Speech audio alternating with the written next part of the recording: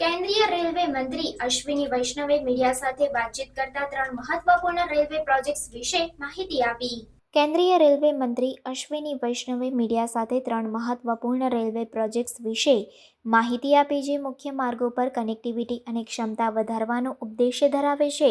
આ પ્રોજેક્ટ્સમાં જલગાંવ મનમાડ વચ્ચે ચોથી લાઇન, ભૂસાવલ ખંડવા વચ્ચે ત્રીજી અને ચોથી લાઇન અને પ્રયાગરાજ મણિકપુર વચ્ચે ત્રીજી લાઇનનો સમાવેશ થાય છે। આ પ્રોજેક્ટનો કુલ ખર્ચ ₹7,927 કરોડ છે।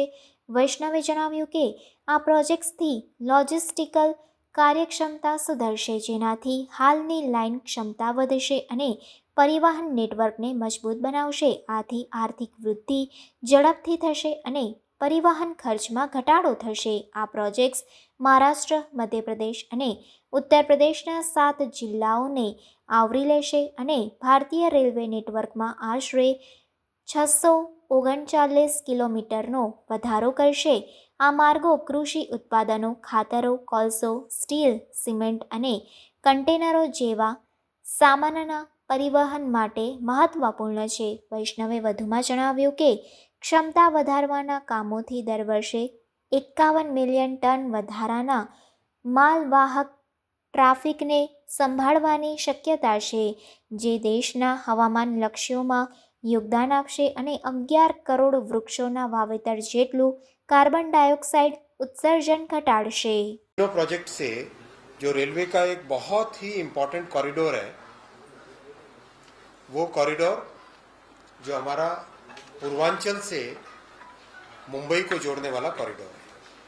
पूर्वांचल से मुंबई को जोड़ने वाला वाराणसी, प्रयागराज, नीचे आ जाओ सतना, फिर और नीचे आ जाओ आपके खंडवा से नीचे भुसावल, जलगांव, मनमाड और नासिक होते हुए मुंबई। ये जो कॉरिडोर है, इस कॉरिडोर में कैपेसिटी चाहिए क्योंकि और नई गाड़ियाँ चलानी, इंडस्ट्री आ रही है तो उसके लिए कंटेनर्स का मूवमेंट, रॉ मटेरियल का मूवमेंट, फिर किसानों का बहुत बड़ा जो फार्मिंग बेल्ट है नासिक में, जो पूरा खानदेश एरिया में, मतलब उत्तर महाराष्ट्र में जो कंप्लीट किसानों का फार्मिंग बेल्ट है, उसमें कैसे हम एग्रीकल्चर प्रोड्यूस को और तेज़ी से ट्रांसपोर्ट कर सकें। तो ये सारी चीज़ों को देखते हुए एक विस्तृत योजना बनाई गई थी। इस पूरे कॉरिडोर का मुंबई से लेके वाराणसी तक कंप्लीट सर्वे किया गया था और जहाँ जहाँ जो इम्प्रूवमेंट करने की ज़रूरत है वो इम्प्रूवमेंट करने के हिसाब से प्रोजेक्ट्स बनाए गए। तो कई छोटे छोटे प्रोजेक्ट्स थे जो कि मंत्रालय के लेवल पे अप्रूव हुए और ये 3 बड़े प्रोजेक्ट्स कल कैबिनेट में अप्रूव हुए। ये तीनों बड़े प्रोजेक्ट्स हैं। पहला तो मनमाड से जलगांव 4th लाइन, ये 2773 करोड़।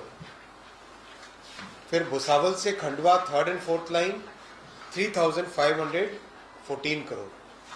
फिर मानिकपुर से प्रयागराज 3rd लाइन, ये है 1640 करोड़। ये आपके साथ डिटेल शेयर कर लिए गए हैं। और इंडिविजुअल प्रोजेक्ट्स की बात अगर करें तो सबसे पहले Manmad Jalgaon 4th line 160 kilometre. ये लाइन जो आपके सामने प्रेजेंटेशन पे है यहाँ पर, ये लाइन बेसिकली 2 कॉरिडोर्स को सपोर्ट करती है। एक तो पूर्वांचल से मुंबई के कॉरिडोर को सपोर्ट करती है, दूसरा हावड़ा से कोलकाता से मुंबई वाला कॉरिडोर भी इसी प्रोजेक्ट का उपयोग करता है। इसीलिए इस प्रोजेक्ट से एक सिग्निफिकेंट कैपेसिटी ऐड होगी और साथ ही साथ कई जगह शहरों को डीकंजेस्ट करने का भी काम किया जा रहा है। इसका डिज़ाइन इस तरह से किया जा रहा है कि एग्जिस्टिंग जो जंक्शन है या एग्जिस्टिंग स्टेशन है वो भी डीकंजेस्ट हो जाए। जब आप किसी एग्जैक्ट स्टेशन की डिज़ाइन देखोगे जो इस प्रेजेंटेशन में शायद नहीं आ पाएगी, लेकिन जैसे भुसावल खंडवा वाले में आपको दिखाऊंगा, उसमें दिखाई देती है, तो इसका सिग्निफिकेंट इम्प्रूवमेंट होगा।